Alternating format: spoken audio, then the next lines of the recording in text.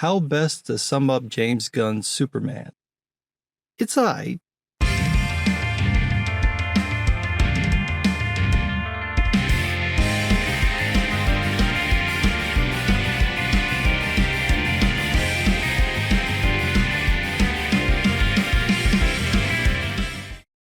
So, the new Superman movie came out, and it's proven yet again that you can't please everybody. Overall, it's an okay movie. In the pantheon of Superman movies, it's on par with Superman Returns. It's not bad, but it's not great. It's a nice B movie. And that's kind of what I expected based on the trailers. The movie is like the new theme song. It has echoes of greatness, but they never resolve. You don't get the complete John Williams theme, and with the movie, you don't get a complete Superman story. Instead, James Gunn took what Zack Snyder tried to do, sprinkled in some of Richard Donner's concepts, some of John Byrne's Superman run, and some bits from the cartoons and such, and glued them together with a toned-down version of his humor. Gunn's movie tries to do too many things, and as a result, never does most of them well. The one thing the movie does do well, however, is Superman. David Corenswet nailed it. This is the best cinematic version of Superman since Christopher Reeve. This is John Byrne's Superman brought to life. He's just a farm boy, just a regular guy with questionable taste in music, but likable, friendly, a pure Boy Scout. It's right out of the 80s and 90s comics, so it was bound to piss off somebody. There are already people complaining that this Superman is too soft. This is a Superman they claim they know and love. Maybe they should try reading the books again, because this is straight off the page. Gunn's Superman has a charm missing from Snyder's version, and more importantly, Gunn makes it very clear why Superman helps people, and it's not just because he's powerful. The overarching theme of the movie is, you will believe a man can be kind.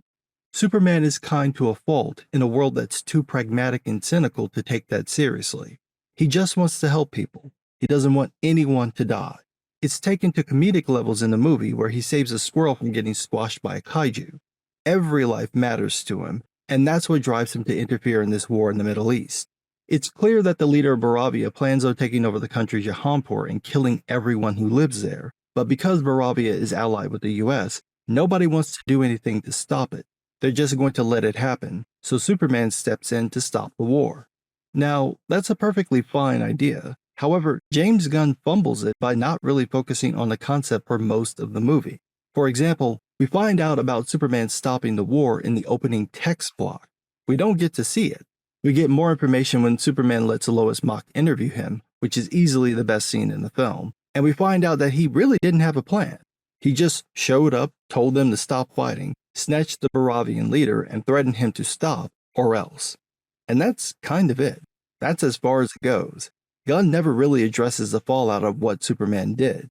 It's just kind of there as a plot point to show how much Superman cares about people and for Lex Luthor to try to kill him. And that happens with everything in the movie. Nothing ever feels complete. It's like we're missing parts of the story. I know this feeling. It's like picking up a comic book in the middle of a story arc. You can eventually figure out what's going on, but you're never really connected to the story. Perfect example, Krypto. The movie opens with that scene of Krypto just beating the bejesus out of Superman. That sets the tone for the film, and it really doesn't work in the film's favor. Why?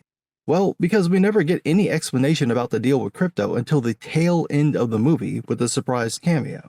I don't want to spoil the cameo just in case people don't know yet, but that's why Krypto doesn't listen to Superman. The key thing is that the audience assumes Superman grew up with this dog, so why does Krypto not listen to him? It's played for laughs in the movie, and most of them land. It is James Gunn after all. The humor is gonna work. The problem is that it's like Gunn put Krypto in there just for the humor and tried to make it work later. The same goes for the Justice Gang, Mr. Terrific, Hawkgirl, and Guy Gardner. They're in the movie so Gunn can do his usual thing. Obviously he can't make Superman a cynical douchebag. But Guy Gardner?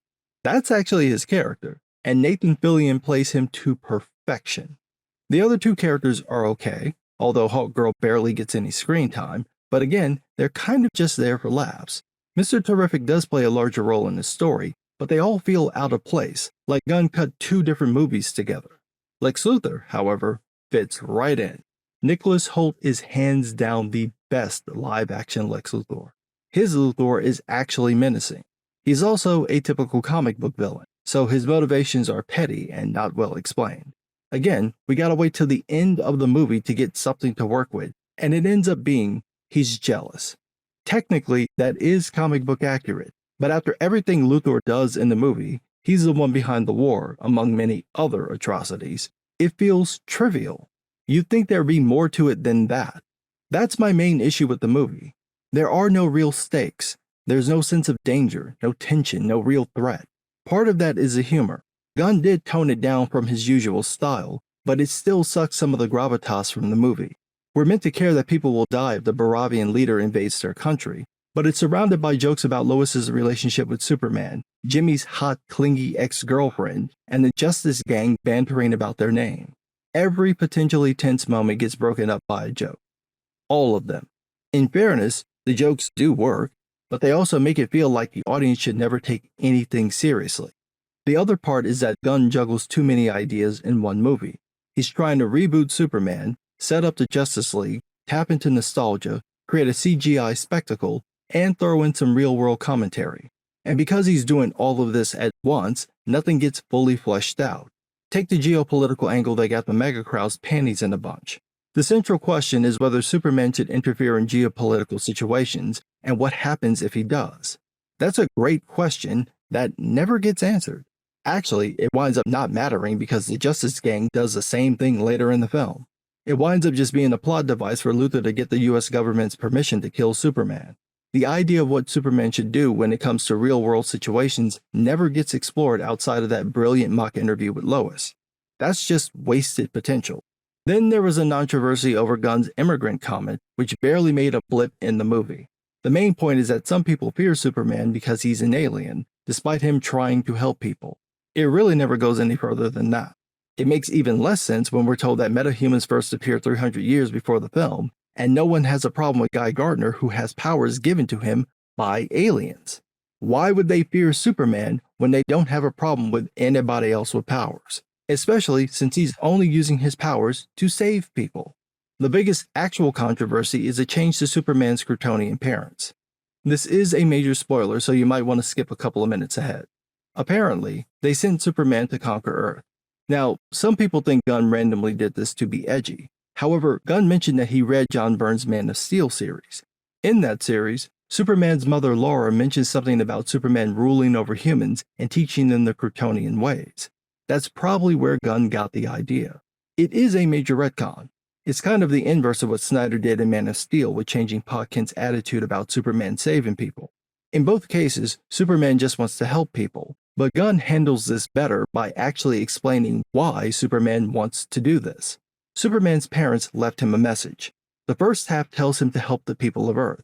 The second half about ruling Earth got damaged when his ship landed, so Superman grew up thinking that it was his purpose to save people. His world gets rocked when he finds out the truth. However, the retcon doesn't fundamentally change anything about Superman.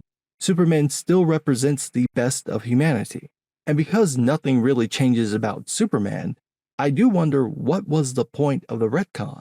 It never plays a major role in the movie. It gets some people to turn on him, but nothing really bad happens because of it. Like I said, there are no real stakes. So, why make the change? The same thing happens with the inevitable CG battle royale at the end of the movie. The movie makes a point of showing people evacuating the city so no one gets injured in the final battle.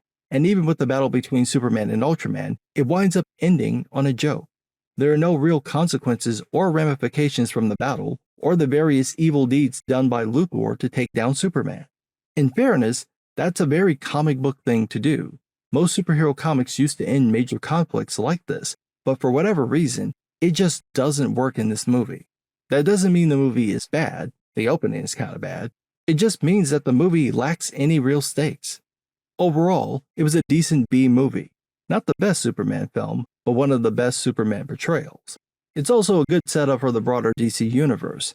It's clear that other superpowered beings exist, not just on Earth, but throughout the galaxy, so it'll be easy for WB to drop in whoever they want. If this is a new approach to the DC universe, it'll be interesting to see how well this plays with the audience. It seemed to work for the audience I was with. The movie got laughs in all the right spots. I don't think a single joke failed to land. People liked the characters, the chemistry between the cast was on point. It just wasn't the greatest film ever made. Like I said, it was a decent film. It got the job done. It's a fun movie, as long as you don't expect much and don't take it too seriously. But what do I know? I'm just some guy.